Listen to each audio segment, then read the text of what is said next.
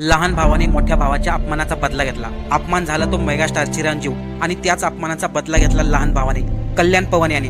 नेमकं मोठ्या भावाचा अपमान कसा काय झाला होता, चला तेच पाहूया. 2008 साली मेगास्टार चिरंजीव याने स्वतःचा पक्ष काढला. त्या पक्षाचं नाव होतं प्रजाराज्यम पार्टी.